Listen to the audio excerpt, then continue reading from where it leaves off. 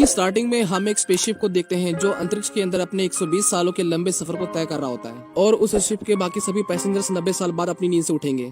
उस स्पेसशिप का मिशन था कि वो इंसानों को अर्थ जैसे एक दूसरे ग्रह पर पहुंचाए, जिसमें अभी भी उसे 90 सालों का लंबा सफर तय करना था। इतने लंबे सफर के दौरान इंसानों की एज न बढ़े, इसलिए उन्हें एक स्पेशल मशीन के अंदर रखा गया था जो उनकी बॉडी को 120 सालों तक प्रिजर्व करके रखने वाली थी और उनकी नींदें तभी खुलती जब वो उस ग्रह पर पहुंच जाते। स्पेसशिप अपने 30 सालों के सफर को पूरा कर चुका था, लेकिन तभी हम देखते हैं कि उस स्पेसशिप के सामने बहुत बड़े बड़े पत्थर थे जिन्हें हम एस्टेरॉयड भी कहते हैं। दोनों के बीच में टक्कर हो जाती है, लेकिन वो स्पेसशिप इतनी ज्यादा एडवांस थी। शिप के अंदर बहुत सारे फेलियर्स भी आते हैं, लेकिन उस शिप के अंदर का सेल्फ रिपेयरिंग सिस्टम खुद को अपने आप ही रिपेयर कर लेता है और कुछ ही देर बाद शिप दोबारा से रीस्टार्ट हो जाता है। इसके बाद हम देखते हैं कि उस स्पेसशिप की टक्कर की वजह से एक पैसेंजर का स्लीपिंग पॉड खराब हो जाता है और वो अपनी 30 सालों की गहरी नींद से उठ जाता है। उस पैसेंजर का नाम जिम था। शुरुआत में तो उसे बहुत चक्कर आ रहे होते हैं, लेकिन उसकी बॉडी धीरे धीरे नॉर्मल होने लगती है। जिम उस हॉल के अंदर आता है जहाँ पर सभी क्रू मेंबर्स को अपना सफर पूरा होने के बाद एक साथ मिलकर मीटिंग करना था,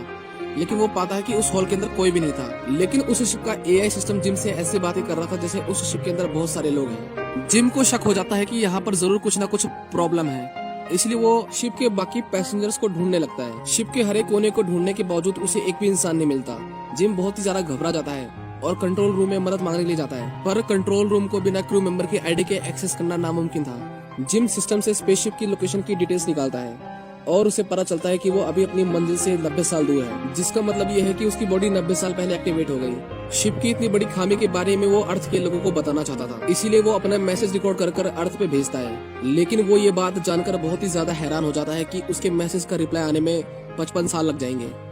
इसका मतलब ये है कि अब उसे स्पेसशिप में 55 साल बिना किसी की मदद के बिताने थे। जिम हताश होकर वहाँ से जाने लगता है, लेकिन तभी वो वहाँ पर किसी को देखता है। शायद वो इंसान हो सकता था, लेकिन जब जिम उसके पास जाता है तब उसे पता चलता है कि वो बस एक रोबोट है जिसका नाम आर्थर था। वो बिल्कुल इंसानों की तरह था, बस उसके अंदर फीलिंग्स नहीं थी। जिम खाना खाने के लिए एक मशीन के पास आता है, लेकिन मशीन उसे उसकी पसंद का खाना नहीं देती, क्योंकि वो जिस कैटेगरी का पैसेंजर था उस कैटेगरी में उसे लो ग्रेड फूड ही दिया जाता था। एक मैनुअल की मदद से जिम अपने हाइबरनेशन पोर्ट को ठीक करने की कोशिश करता है, लेकिन वो ऐसा नहीं कर पाता।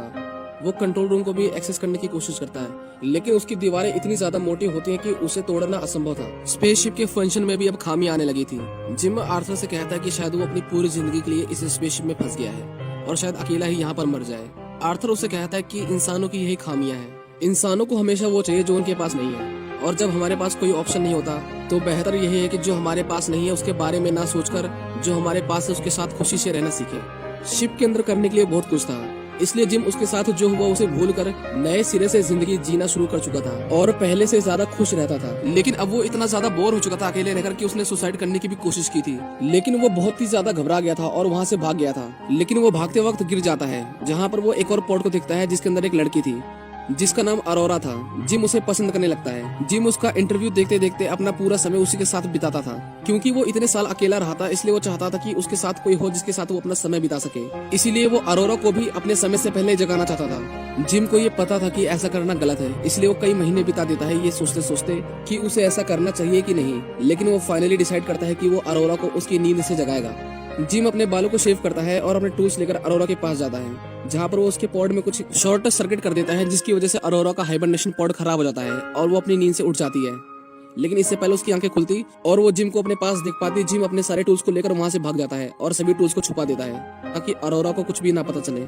जब वो दोनों फाइनली एक दूसरे से मिलते हैं तब अरोरा उससे पूछते हैं कि बाकी क्रू मेंबर्स कहाँ पर हैं। उन्हें हमसे एक हफ्ते पहले जग जाना चाहिए था, जिस पर जिम उसे बताता है कि तुम्हारा हाइबरनेशन पॉड खराब हो गया है जैसे मेरा हुआ था, और हम 89 ईयर्स पहले ही जग गए हैं। और वो बाकी पैसेंजर्स के पास जाती है, जहाँ उसे पता चलता है वो सभी पैसेंजर्स अभी भी अपने हाइबरनेशन पॉड के अंदर हैं। जिम उसे कहता है कि तुम आराम कर लो, कल हम इसके बारे में कुछ सोचेंगे। नेक्स्ट मॉर्निंग हम देखते हैं कि अरोरा अपने फूड को लेती है और उसकी प्लेट में बहुत सारा खाना होता है, क्योंकि वो एक गोल्ड क्लास पैसेंजर थी, जबकि जिम पिछले 1 सालों से सेम तरह का खाना ही खा रहा था। जब अरोरा को पता चलता है तब वो अपनी आईडी से जिम को भी गोल्ड क्लास खाना देती है। अरोरा भी उस गेट को तोड़ने की कोशिश करती है, लेकिन वो गेट इतनी आसानी से टूटने वाला नहीं था। उसे अब यकीन हो चुका था कि अब वो सब यहाँ पर फंस चुके हैं, इसलिए वो डिसाइड करती है कि वो अपनी किताब को लिखेगी जो वो दूसरे ग्रह पर जाकर पूरा करने वाली थी। इसलिए वो जिम का इंटरव्यू लेने लगती है। वो उससे पूछते है कि तुम अर्थ पर अपने दोस्तों और फैमिली को छोड़कर यहाँ पर क्यों आए हो। जिम एक मैकेनिक है। वो उसे बताता है कि उसे चीजें बनाना पसंद है, लेकिन अर्थ पर पहले से ही बहुत कुछ बना हुआ है,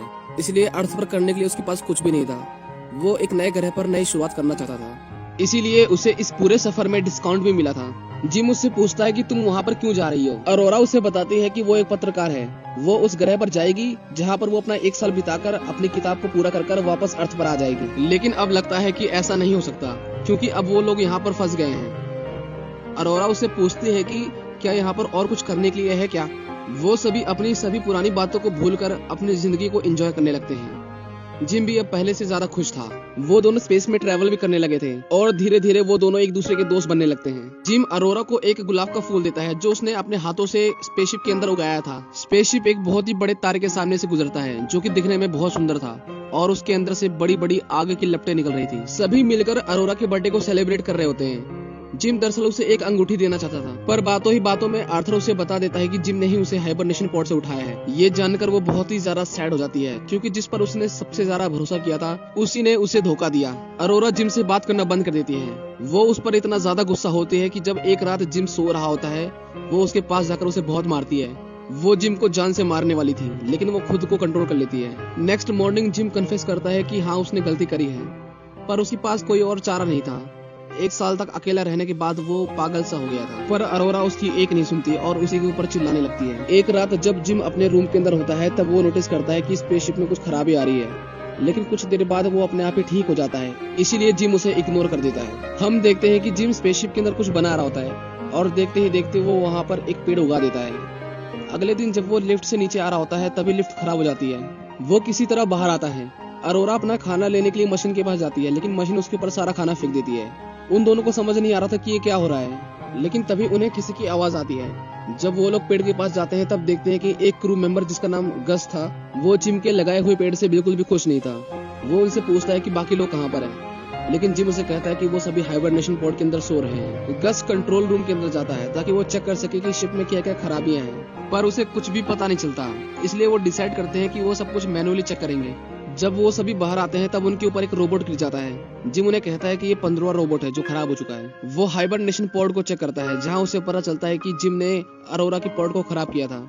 वो उससे पूछता है कि तुमने ऐसा क्यों किया। जिम उसे कहता है कि वो पिछले 1 साल से अकेला था, पर गस उसे कुछ भी नहीं कहता क्योंकि वो जानता था कि 1 साल अकेले रहने का मतलब क्या होता है। अरोरा गस से कहती है कि क्या आपको पता चल गया कि मेरे हाइबरनेशन पॉड को किसने खराब किया था, तो अब आप उसका क्या करेंगे। पर गस उसे समझाता है कि इसमें जिम की कोई गलती नहीं, 1 साल तक अकेले रहना अपने आप में एक बड़ी बात है। पर तभी उसकी तबीयत बिगड़ने लगती है। जब वो अपने रूम के अंदर आता है तब वो देखता है कि उसके मुंह से खून निकल रहा है। एक रात जब सभी सो रहे होते हैं तभी शिप के अंदर से इलेक्ट्रिसिटी चली जाती है, जिसकी वजह से ग्रेविटी बंद हो जाती है और वो सभी हवा में उड़ने लगते हैं। अरोरा जो कि एक स्विमिंग पूल के अंदर होती है, पानी के एक बड़े बबल के अंदर ट्रैप हो जाती है। अरोरा का दम घुटने लगता है, लेकिन इससे पहले उसकी मौत हो जाती। शिप दोबारा से रीस्टार्ट हो जाता है और इलेक्ट्रिसिटी दोबारा आ जाती है। वो सभी पिछले 2 साल में हुए शिप के फेलियर्स को देखते हैं। तब उन्हें पता चलता है कि ये बहुत बड़ी समस्या है।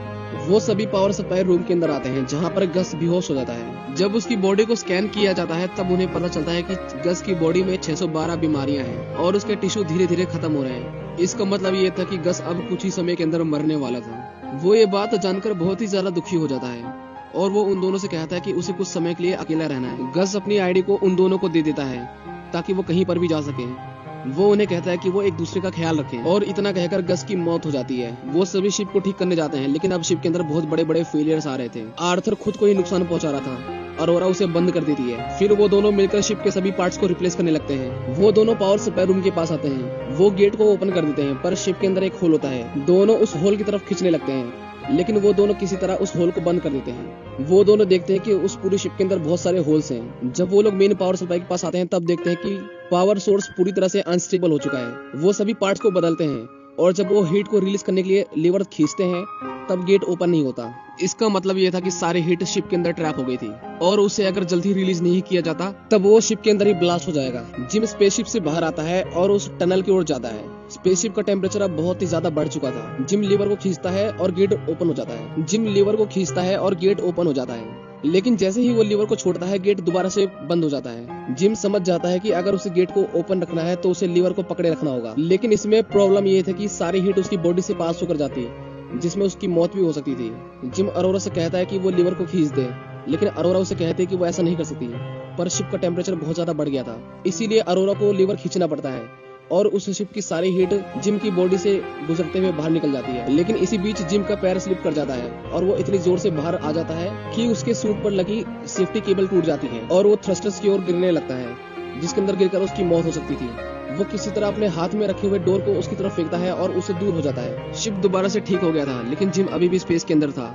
उसके सूट में छेद हो गया था और वो धीरे धीरे स्पेसशिप से दूर जा रहा था। अरोरा उसे बचाने के लिए स्पेस के अंदर आती है। वो उसे ढूंढ लेती है, लेकिन वो उससे बहुत ही ज्यादा दूर होता है। वो किसी तरह उसके पास पहुंचने की कोशिश करती है, लेकिन उन दोनों का हाथ स्लिप हो जाता है। अरोरा रोने लगती है क्योंकि उसे लगा कि जिम शायद अब जा चुका है, लेकिन तभी वो उस केबल को देखती है जो जिम से अटैच थी। अरोरा उस केबल को पकड़ लेती है और जिम को स्पेसशिप के अंदर दोबारा से लाती है। इतने समय तक स्पेस में रहने के कारण जिम का शरीर पूरी तरह से जम गया था। अरोरा उसे एक मेडिकल मशीन के अंदर डालती है, जहाँ पर मशीन उसे बताती है कि जिम की मौत हो चुकी है। लेकिन अरोरा उस मशीन को कमांड देती है कि वो सारे ऑपरेशन एक साथ कर दे। जिम का ट्रीटमेंट एक साथ चालू हो जाता है, लेकिन उसकी हालत में कुछ भी फर्क नहीं आता। लेकिन कुछ ही देर बाद जिम की आंखें खुल जाती हैं, जिसे देखकर अरोरा बहुत ही ज्यादा खुश होती है। इसके बाद हम देखते हैं कि वो दोनों मिलकर पूरे स्पेसशिप को ठीक कर देते हैं और गस की बॉडी को सम्मान पूर्वक स्पेस के अंदर छोड़ देते हैं। जिम को एक और हाइबरनेशन पॉड मिलता है, जिसकी मदद से उन दोनों में से कोई एक दोबारा से अपनी नींद के अंदर जा सकता था। जिम अरोरा से कहता है कि तुम दोबारा से अपनी नींद में जा सकती हो और जब तुम्हारी आंखें खुलेंगी तो तुम दूसरे ग्रह पर होगी। लेकिन अरोरा उसे ऐसा करने से मना कर देती है और फाइनली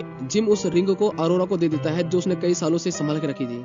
मूवी के लास्ट में हम देखते हैं कि वो स्पेसशिप दूसरे ग्रह पर पहुंच जाता है और स्पेसशिप के सभी क्रू मेंबर्स जग जाते हैं और वो देखते हैं कि पूरे स्पेसशिप के अंदर बहुत सारे पेड़ हैं, जिसे जिम और अरोरा ने मिलकर लगाया था। शायद इतने सालों के दौरान उन दोनों की मौत हो चुकी थी। और इसी के साथ ये मूवी यहीं पर खत्म हो जाती है।